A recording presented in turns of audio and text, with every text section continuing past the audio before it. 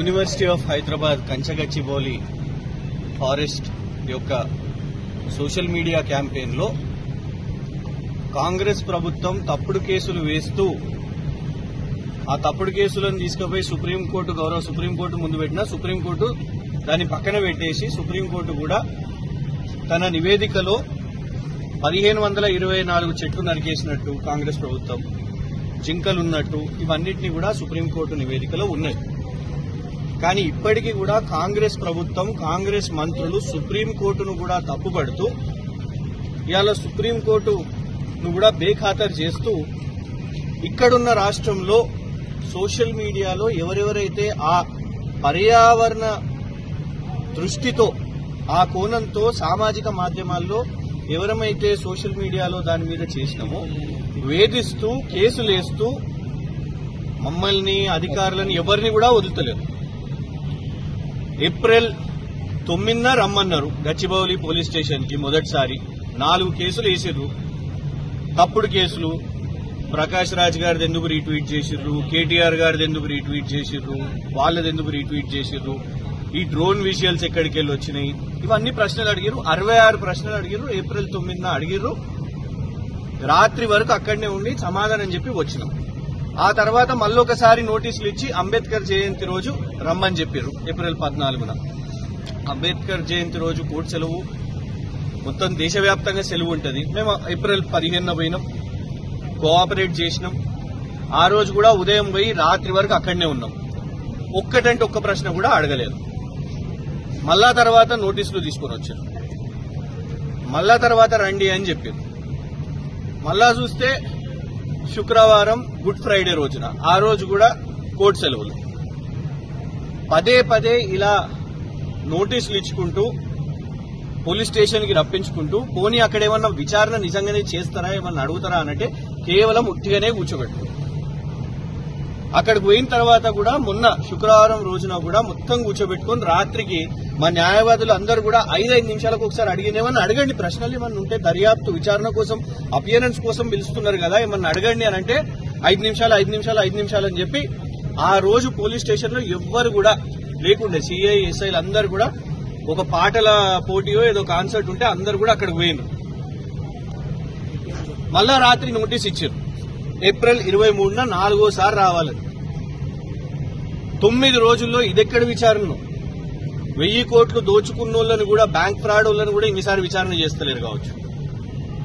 ఇలా చూస్తున్నాం 5,000 కోట్ల అదేదో కంపెనీ ఉర్సా క్లస్టర్స్ అంట. ఫిబ్రవరి 2025లో పుట్టిన కంపెనీకి రేవంత్ రెడ్డి గారి ప్రభుత్వం 5,000 కోట్ల ఒప్పందము, ఆంధ్రప్రదేశ్ లో 60 ఎకరాలు దారాదత్తం. అట్లాంటివి మీరు ఇన్వెస్టిగేట్ చేయండి. లేదు గ్రూప్ 1 పరీక్షల విషయం మీద, పోటీ పరీక్షల విషయం మీద 900 మార్కుల కోసం పేపర్లు రాస్తే కొందరు అభ్యర్థులకు 2 మార్కులే వచ్చినాయంట. 900 మార్కుల పేపర్లో 2 మార్కులే వచ్చినాయంట. 654 అభ్యర్థులకు సేమ్ మార్క్స్ వచ్చినాయంట. ఇట్లాంటి సీరియస్ విచారణ చేపట్టాలి కదా. ఇవాళ కాంగ్రెస్ ప్రభుత్వానికి చాతనైతలేదు కాబట్టి సుప్రీంకోర్టు అక్కడ యూనివర్సిటీ ఆఫ్ హైదరాబాద్ దాన్ని సువోమోటో తీసుకున్నది. గ్రూప్ 1 పోటీ పరీక్షలను హైకోర్టు విచారణ చేపడుతున్నది.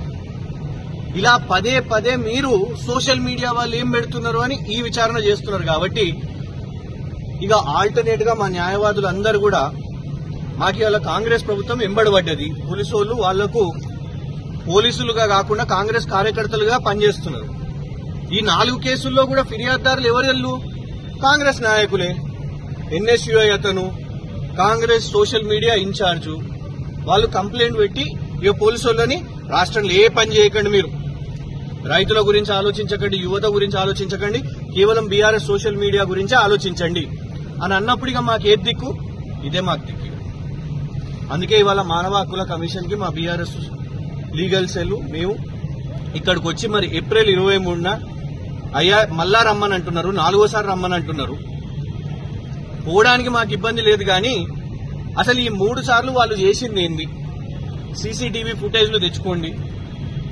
అక్కడ లోపల ఉన్న సీసీటీవీ ఫుటేజ్లు అవసరమైతే పోలీసు వాళ్ళు వాళ్ళ ఈమెయిల్స్ కానివ్వండి, లేకపోతే వాళ్ళ మొబైల్ ఫోన్స్ కానివ్వండి, వాళ్ళది విచారణ చేయాలి, మాది కాదు. ఎందుకంటే పైన ఎవరో అధికారులతో గంటలు మాట్లాడుతున్నారు, వాళ్ళ క్వశ్చన్ పేపర్లు పంపుతున్నారు.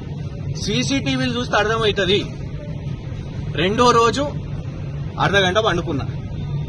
మూడో రోజు సోఫాలో 45 నిమిషాలు వండుకున్నా. ఎందుకంటే అక్కడ ప్రశ్నలు లేవు, పుట్టిగా లోపలికి పోయి వండుకుంటున్నా. పాపం పోలీసు వాళ్ళకి పని ఉన్నదో లేదో తెలియదు, కానీ నాకైతే పని ఉన్నది. ప్రతిపక్షం అంటే ఏంటిది? ప్రజల కోసం మాట్లాడాలి. ఇవాళ బయట ఉంటే యువత కోసం మాట్లాడతాం, బరాబర్ అడుగుతాం, గ్రూప్ 1 గురించి అడుగుతాం, ఇంకెన్నో సమస్యల గురించి అడుగుతాం. మా బీఆర్ఎస్ రజతోత్సవాలు ఉన్నాయి. బీఆర్ఎస్ రజతోత్సవాలు 25 సంవత్సరాలు చేసుకుంటుందని నేను అది ఫస్ట్ సంబరపడుతుంటే, ఇక్కడ నువ్వు రేసు పెట్టుకుంటా 25 కేసులు పెట్టబట్టి ఆల్రెడీ వాళ్ళకి 21 కేసులు అయిపోయినాయి. అది ముందొస్తుందా ఇది ముందొస్తుందా అని వాళ్ళ మీడియా వాళ్ళు కూడా మమ్మల్ని అడగబట్టి, అందుకే ఇవాళ మా బాధను వచ్చి మానవ హక్కుల కమిషన్ వారికి చెప్పడం జరిగింది. ఇక నెక్స్ట్ దీని ప్రొసీజర్ అంతా కూడా మా లీగల్ అడ్వకేట్స్ వాళ్ళందరూ కూడా దీన్ని చూసుకుంటూ ఉంటారు, దీన్ని ఫాలో అప్ చేసుకుంటారు. పోలీస్ డిపార్ట్మెంట్ కి తగిన నోటీసులు దయచేసి మీరు జారీ చేయాలి. ఎందుకు అనంటే మేము కోఆపరేట్ చేస్తున్నాం, కానీ ఇన్వెస్టిగేషన్ పేరు మీద హరాస్మెంట్ చేస్తున్నారు. ఇవాళ ఇష్టం వచ్చినట్టు దర్యాప్తు పేరు మీద ఇవాళ దాన్ని వాళ్ళు మిస్యూజ్ చేస్తున్నారు. ఏదైనా సీరియస్ ఉంటే అది చేయాలి, కానీ అది లేకుండా కేవలం సోషల్ మీడియాలో ప్రశ్నిస్తున్నందుకు ఇలా వేధించడం కరెక్ట్ కాదు అనేది ఇవాళ ప్రభుత్వానికి చెప్తున్నారు.